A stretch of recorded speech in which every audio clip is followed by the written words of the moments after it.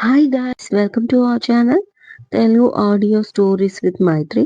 నా ఛానల్ని ఎవరైనా ఫస్ట్ టైం చూస్తున్నట్టయితే తప్పకుండా లైక్ చేయండి, షేర్ చేయండి అండ్ సబ్స్క్రైబ్ చేసుకోండి ఫ్రెండ్స్. అగ్నిసాక్షి ఒక ప్రేమ కథ పార్ట్ 54. ఇక లేట్ చేయకుండా స్టోరీలోకి వెళ్ళిపోదాం మా ఫ్రెండ్స్. ఎవరికి చెప్తేనేం, తప్పు ఒప్పుకొని సారీ చెప్పింది కదా, ఇక వదిలేయి అన్నాడు చైతన్య. ఏంటి వదిలేసేది, ఈ అమ్మాయి నన్ను కొట్టిందన్నయ్యా అన్నాడు శశి.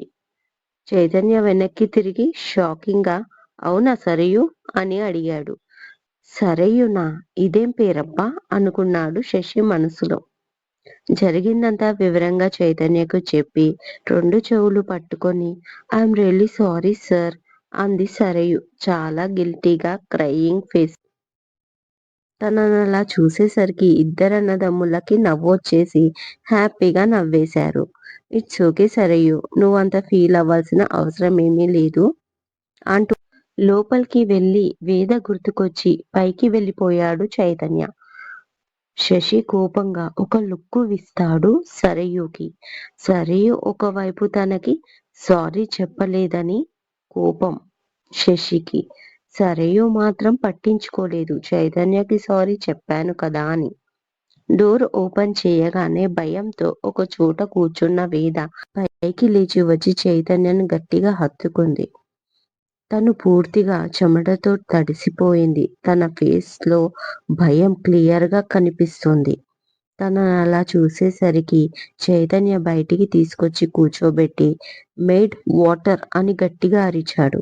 భయపడకు వేద, ఎవరూ రాలేదు, మన ఇంట్లోకి ఎవరూ రారు కూడా, నువ్వు భయపడకు, నేనున్నాను కదా అంటూ హక్ చేసుకొని నన్ను నమ్ము, ఎవరూ రాలేదు అంటూ నచ్చజెప్పసాగాడు. ఇంతలో శశి సరయు వస్తారు వాళ్ళ దగ్గరికి. వేద, ఏమైంది, ఎందుకు భయపడుతున్నావు, ఏమైంది భయ్యా, తను ఎందుకు భయపడుతుంది అడిగాడు శశి.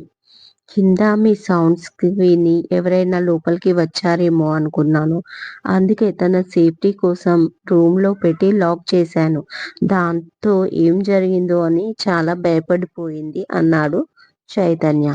ఓ సారీ భయ్యా. వేద, నువ్వు భయపడాల్సిన అవసరం లేదు, నన్ను ఎవరో అనుకుని సెక్యూరిటీ పట్టుకుంది అంతే, నువ్వు భయపడకు ప్లీజ్ వదినా, కూల్ అంటాడు శశి. వాటర్ తాగి కాసేపటికి నార్మల్ అయిపోతుంది వేద. అయినా చైతన్య చెయ్యి మాత్రం వదలకుండా పక్కనే కూర్చున్నాడు. సార్, నేను లంచ్ ఏర్పాట్లు చూస్తాను అంటూ వెళ్ళిపోతుంది సరేయు.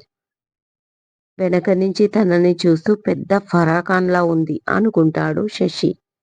శశి అన్నది విని చైతన్య, విని నీకొక విషయం తెలుసా, శశిగాడు ఒక అమ్మాయి చేతిలో తన్నులు తిన్నాడు అంటూ నవ్వాడు వేదని నార్మల్ చేయడానికి. ఇక ఆ విషయం వదిలేయ్, ఎలా ఉన్నావు వదినా అంటూ వచ్చి పక్కనే కూర్చొని వేద పైన చెయ్యి వేశాడు శశి. రేయ్, తన మీది నుంచి చెయ్యి తీ అన్నాడు చైతన్య కోపంగా. అస్సలు తీయను, నా వదిన నా ఇష్టం. నీకొక విషయం తెలుసా వదినా, నువ్వు ఇంకా దొరకలేదని ఎమోషనల్ డ్రామా ప్లే చేస్తున్నాడు ఇంట్లో అన్నయ్య. ఏమన్నా పర్ఫార్మెన్స్ ఇస్తున్నాడా, ఆస్కార్ ఇవ్వొచ్చు అన్నాడు శశి. నువ్వు మాత్రం ఇంట్లో సైలెంట్ గా ఉంటూ నీ వంతు యాక్టింగ్ నువ్వు చేస్తున్నావు కదా అన్నాడు చైతన్య. తప్పదు కదా వదిన, నువ్వు వెళ్ళిపోయాక ఇంట్లో అంతా బ్లైండ్ గా అయిపోయింది.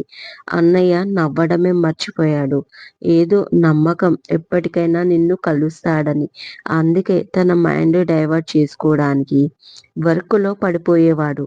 బ్రతకడానికి మాత్రమే తినేవాడు, అంతకు మించి ఎలాంటి ఫీలింగ్ ఉండేది కాదు. ఆ అన్నయ్యను చూసి నాలో నేనే ఏడ్చుకునేవాణ్ణి. ఒక్కోసారి నీ మీద కూడా కోపం వచ్చేది, ఎందుకిలా మా అన్నయ్యని మార్చేసావని. బట్ ఇప్పుడు నిన్ను చూస్తే బాధగా ఉంది వదిన. ఇంత చిన్న విషయానికి ఎంత భయపడ్డావు అంటే తెలుస్తుంది నువ్వు ఆ టైంలో ఎంత సఫర్ అయ్యావో. ఇక భయం వదిలేయి వదిన, అన్నయ్య ఉన్నాడు కదా, నీ నీడను కూడా ఎవరిని తాకనివ్వడు అంటాడు శశి. శశి చెప్పింది విని కళ్ళల్లో నీళ్లతో నిండిపోయింది వేదకి. నిజంగా నన్ను అంత మిస్ అయ్యాడా? అంత ప్రేమిస్తున్నాడా? నేను ఎంత అదృష్టవంతురాల్ని అనుకుంటూ కళ్ళు తుడుచుకొని నువ్వెలా ఉన్నావు శశి? అని అడుగుతుంది వేద. నువ్వొచ్చేశావు కదా! అందరూ హ్యాపీ. నేను కూడా. కాకపోతే నైట్‌కి ఫ్రీడమ్ రాలేదు ఇంకా అన్నాడు చైతన్యని చూస్తూ శశి. అంటే నాకు అర్థం కాలేదు అంటుంది వేద. నీకర్థం కాదు. నాకవుతుంది. ఇప్పట్లో దాన్ని ఎక్స్‌పెక్ట్ చేయకు నవ్వుతూ చెప్పి చైతన్య పద వేద తినడానికి వెళ్దాం అంటూ డైనింగ్ ఏరియాకి వెళ్తారు ముగ్గురు. ఇక కబుర్లు చెప్పుకుంటూ లంచ్ కంప్లీట్ చేస్తారు. శశితో చైతన్య కూడా వెళ్ళడానికి రెడీ అవుతాడు. నైట్‌కి వస్తానని చెప్పి. కానీ ఎందుకో వేద చేయి పట్టుకొని వదలదు. తను బాగా భయపడిందని ఇవాళ ఇక్కడే ఉండమని చెప్పి వెళ్ళిపోతాడు శశి. గీత చైతన్యను సొంతం ఎలా చేసుకోవాలో ఆలోచిస్తూ ఒక నిర్ణయానికి వస్తుంది. సరోజినికి చెప్తుంది ఇంట్లో సత్యనారాయణ స్వామి వ్రతం చేయించమని అత్తకు చెప్పమని. ఈ పూజలో చైతన్య తను కూర్చునేలా ఏర్పాటు చేయాలని వీలైనంత త్వరగా. దాంతో సరోజిని సరే అంటుంది. పూజ పేరుతో ఎలాగైనా తన మెడలో తాళి వేసుకోవాలనేది గీత ఆలోచన. పెళ్లి జరిగిందన్న మాటే కాని ఆమె మెడలో ఇంకా తాళి కట్టలేదు చైతన్య. జస్ట్ సంతకాలు పెట్టి సర్టిఫికెట్లు తీసుకొచ్చాడు సరోజిని సంతోషం కోసం. అప్పటికి అదే ఎక్కువ అనుకున్న గీత తర్వాత చైతన్యను కొంచెం కొంచెం తన వైపు మార్చుకోవచ్చు అనుకుంది. బట్ ఇప్పుడు అది జరిగేటట్టు కనిపించడం లేదు. చైతన్యని ఎలాగైనా తన వశం చేసుకోవాలని ఎన్ని ప్రయత్నాలు చేసినా అవన్నీ బెడిసి కొడుతున్నాయి. ఇప్పుడు తమిద్దరూ పూజలో కూర్చోవడానికి తన మెడలో తాళి ఉండాలి. మమ్మీ మాట కాదనలేక ఇక తన మెడలో చైతన్య తాళి కట్టక తప్పదు. ఇలా ఒక్కొక్క మెట్టు ఎక్కినట్టు ఉంటుంది అనుకుంటూ పూజా ప్రిపరేషన్‌లో ఉంటుంది గీత. సరోజిని మాధవికి చెప్తుంది. వచ్చే ఆదివారం సత్యనారాయణ స్వామి వ్రతం చేయించి ఇద్దరిని పూజలో కూర్చోబెడదాం వదినా అని. అది విని మాధవి సరే దేవి నేను చైతన్యతో మాట్లాడతాను. ఈ మధ్య చాలా బిజీగా ఉంటున్నాడు అంటుంది మాధవి. కన్నయ్యతో తర్వాత మాట్లాడొచ్చు. ముందు పూజారితో మాట్లాడు. ఆ రోజు బాగుందా లేదా అని సలహా ఇస్తుంది సరోజిని. అలాగే అని పూజారికి కాల్ చేస్తుంది మాధవి. చైతన్య బాబు పెళ్లి జరిగిందా? ఇప్పటి వరకు వ్రతం చేయించలేదా? అని అడుగుతాడు పూజారి. పూజారి బాగా తెలిసినవాడు కావడంతో వివరంగా చెప్తుంది. రిజిస్ట్రేషన్ మ్యారేజ్ అయ్యింది. పెద్దగా టైం లేక వ్రతం చేయించలేదు అని మాధవి చెప్తుంది. అలా అయితే మెడలో తాళి లేకుండా ఇద్దరు భార్యాభర్తల్లాగా పూజలో ఎలా కూర్చుంటారమ్మా? ముందు ఆ విషయం బాబుని కనుక్కొని తర్వాత ఈ పూజ పెట్టుకోండి మీరు అని సలహా ఇస్తాడు. అప్పుడు ఆలోచనలో పడుతుంది మాధవి. దాంతో చైతన్యకి కాల్ చేస్తుంది. చైతన్య ఫోన్ బిజీ రావడంతో రాత్రి వచ్చాక కనుక్కుంటానని అప్పటికి ఊరుకుంటుంది మాధవి. ఆఫ్టర్‌నూన్ పడుకొని సాయంత్రం నిద్రలేచిన చైతన్య పక్కన చూస్తే వేద మంచి నిద్రలో ఉండి కనిపిస్తుంది. ఫోన్ చూసుకుంటే మాధవి నుంచి మిస్ కాల్స్. తల్లికి కాల్ చేస్తూ బాల్కనీలోకి వెళ్తాడు. లంచ్ అయ్యిందో లేదో కనుక్కుందామని కాల్ చేశానని చెప్పి ఇంటికి వచ్చాక మాట్లాడుకుందాం అంటూ కాల్ కట్ చేస్తుంది మాధవి. కాల్ కట్ చేసి ఫ్రెష్ అప్ అవ్వడానికి వెళ్తాడు చైతన్య. మళ్ళీ కాల్ వస్తుంది. ఆ సౌండ్‌కి వేద నిద్రలేస్తుంది. సారీ మై ప్రిన్సెస్ అంటూ ఫోన్ చేతిలోకి తీసుకొని చైతన్య డిస్‌ప్లేలో ప్రకాష్ అంకుల్ నుంచి కాల్ అది. బాల్కనీలోకి వచ్చి లిఫ్ట్ చేసి గుడ్ ఈవెనింగ్ అంకుల్ అంటాడు చైతన్య. Good evening Chaitanya. బిజీగా ఉన్నావా?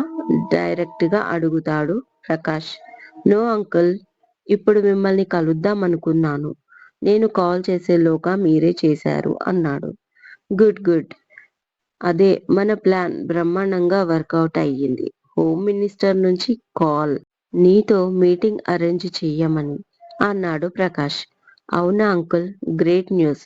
మనం అనుకున్న దానికంటే తొందరగా రియాక్ట్ అయ్యారు. భూషణ్ రావు కూడా వస్తున్నాడా అంకుల్ అని అడిగాడు.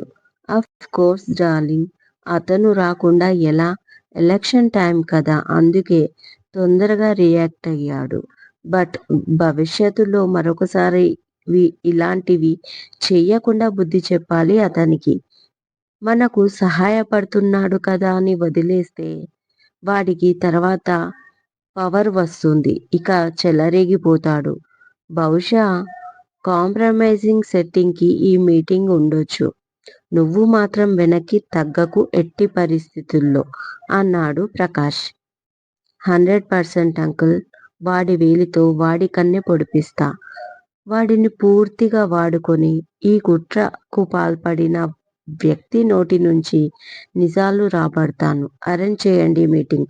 మీకు ఎప్పుడు అనుకూలంగా ఉంటుంది అప్పుడే అన్నాడు చైతన్య. టుమారో మార్నింగ్ 10 o'clock అన్నాడు ప్రకాష్. ఓకే అంకుల్, ఎవిడెన్స్ అన్ని మీరు కనెక్ట్ చేయండి. ఒక్కటి కూడా మిస్ అవ్వకూడదు అంకుల్ అన్నాడు Chaitanya. Sure sure, see you tomorrow అన్నాడు ప్రకాష్. ఓకే అంకుల్, బాయ్ అంటూ చైతన్య కూడా కాల్ కట్ చేశాడు. మార్నింగ్ 10:30 ప్రకాష్ ఫామ్ హౌస్ కి చైతన్య వెళ్ళేసరికి హోమ్ మినిస్టర్, అతని తాలూకా ఇద్దరు, ఇంకా భూషణ్ రావు అతని బామ్మర్ది రెడీగా ఉన్నారు మీటింగ్ కి. వస్తూనే హాయ్ అంకుల్ అంటూ విష్ చేశాడు Chaitanya. Hi, how are you my boy అని అడిగాడు ప్రకాష్. ఫైన్ అంకుల్ అంటూ కూర్చున్నాడు చైతన్య. అతని పక్కన దినేష్ నించున్నాడు ఏదో ఫైల్ పట్టుకుని. హలో అండి అంటూ అందర్నీ చూస్తూ ముఖ్యంగా భూషణ్ని కోపంగా చూశాడు చైతన్య. ఏమయ్యా బిజినెస్ మ్యాను, ఎలా ఉన్నావు అబ్బాయి? బానే ఉండి ఉంటావులే. మాదేమో 5 ఏళ్ల రాజ్యం, మీది ఎల్లకాలముండే రాజ్యం కదా అన్నాడు వాస్తవాన్ని ఒప్పుకుంటూ హోమ్ మినిస్టర్. ఏదో మీ పెద్దల దయ, ఆశీర్వాదం. ముఖ్యంగా ఈ మధ్య నా లైఫ్ కి సంబంధించిన చాలా కాంప్లికేషన్స్ వచ్చాయి. అందుకే స్ట్రాంగ్ గా ఫిక్స్ అయ్యాను. మరొకసారి ఇలాంటివి జరగకుండా దీనికి కారణమైన వాళ్ళని శిక్షించాలని అని చాలా కోపంగా భూషణ్ రావు అతని బామ్మర్దిని చూస్తూ అంటాడు చైతన్య.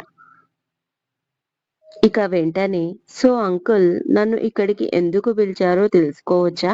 డైరెక్ట్ గా ప్రకాష్ ని అడిగేశాడు. భూషణ్ భయంతో హోమ్ మినిస్టర్ ని చూశాడు చైతన్య మాటలకి.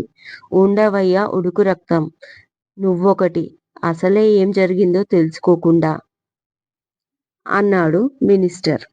ఏం తెలియాలి సార్? అభం శుభం తెలియని అమ్మాయిని కిడ్నాప్ చేసింది చాలక చంపేస్తారా? ఏం పాపం చేసింది తను మీకు? ఎందుకు ఇంత పగ తీర్చుకున్నారు? నాకు క్లారిటీ కావాలి. ఈ ఇష్యూని వదిలే సమస్య లేదు చాలా కోపంగా అన్నాడు చైతన్య. బాబాబు, అంత మాట అనకండి. నేను ఆ అమ్మాయిని చంపలేదు. అక్కడ అనుకున్నదొకటి, జరిగిందొకటి. నిజంగా నాకు చంపే ఉద్దేశం ఉంటే ఆ అమ్మాయిని కిడ్నాప్ ఎందుకు చేస్తాను? 6 నెలలు జాగ్రత్తగా ఎందుకు చూసుకుంటాను? నిజంగా చంపే ఉద్దేశమే ఉంటే ఏ యాక్సిడెంటో చేయిస్తాను కానీ, అసలే ఎలక్షన్ టైం, అర్థం చేసుకోవయ్యా ముత్తుకున్నాడు భూషణ్. ప్రజలకు మంచి చేయాల్సిన మీరే తప్పుదారిలో నడుస్తుంటే ఇంకేం చేస్తారు ప్రజలకి సేవ? ఎంత ఈజీగా చెప్తున్నాడు చూడు, యాక్సిడెంట్ చేయిస్తాను అని. అంటే పొలిటీషియన్ ముసుగులో ఉన్న క్రిమినలే కదా మీరు? భూషణ్ని కోపంగా చూస్తూ అడిగాడు చైతన్య. భూషణ్, నువ్వు ఊరుకోవయ్యా కొద్దిసేపు, నేను మాట్లాడతాను అన్నాడు హోమ్ మినిస్టర్. చెప్పండి మినిస్టర్ గారు, మీ అల్లుడు ఇంకా రేప్ కేసు నుంచి బయటపడలేదనుకుంటా. మీరు నాకు నచ్చజెప్తారా? వీక్ పాయింట్ పై కొట్టాడు చైతన్య. ఇదిగో ప్రకాశం, ఈ అబ్బాయితో నేను వేగలేను. ఏం చేశావో నాకు తెలీదు. భూషణ్‌కి ఎలక్షన్ అయ్యే వరకు ఈ విషయం బయటికి రాకుండా చూడు, నీకు దండం పెడతా. ఈయన గారు ఇలాంటివి వెలగబెడతారని తెలీక హైకమాండ్‌ని నేనే ఫోర్స్ చేస్తే ఎమ్మెల్యే టికెట్ ఇచ్చింది ఈ భూషణ్ రావుకి. ఇప్పుడు ఈ క్రైమ్ బయటికి వస్తే ఇతనితో పాటు నేను ఇరుక్కుంటాను అన్నాడు హోమ్ మినిస్టర్. ఎంతసేపు ఎలక్షన్లు, పార్టీలు అంటూ మీ లాభం గురించి ఆలోచిస్తారు సార్. అవతల 2 ప్రాణాలు, 2 ఫ్యామిలీలు ఎదుర్కొన్న సంఘటనలు, సమస్యలు దాని గురించి ఆలోచించారా? మీ ఫ్యామిలీలో ఒక వ్యక్తి 6 నెలలు ఎక్కడికి వెళ్ళాడు, ఏమయ్యాడో తెలీక, అసలు ఉన్నారో లేరో తెలీక ఆ మానసిక పరిస్థితి ఒక్కసారి అంచనా వేయండి సార్. అప్పుడు ఈ అబ్బాయి కోపం, ఆవేశం, ఆవేదనతో కూడిన ఈ మాటలు మీకు తప్పనిపించవు అన్నాడు ప్రకాష్. అయ్యా, ఇప్పటి వరకు నా జీవితంలో ఎలాంటి క్రైమ్ మార్కు చూడలేదు. ఇప్పుడు జరిగిన దానికి కారణం మాత్రమే నేను. కానీ ఇలా జరుగుతుందని కూడా నేను అనుకోలేదు. ఏదో నా కొడుకు మీద ప్రేమతో, కొంచెం స్వార్థంతో చేశాను. మొదటి నుంచి ఏం జరిగిందో ఈ ఆలోచన రావడం, దీనికి కారణమైన వాళ్ళ గురించి నేను చెప్తాను అంటూ మొదటి నుంచి ఏం జరిగిందో చెప్పడం స్టార్ట్ చేశాడు భూషణ్. ఇదండి ఇవాళటి ఎపిసోడ్. ఈ ఎపిసోడ్ మీకు నచ్చినట్టు అయితే నాకు కామెంట్లో చెప్పండి. అలాగే లైక్ చేయండి, షేర్ చేయండి, సబ్స్క్రైబ్ చేసుకోండి నా ఛానల్ని. మరొక మంచి ఎపిసోడ్తో మీ ముందు ఉంటాను. మైత్రి.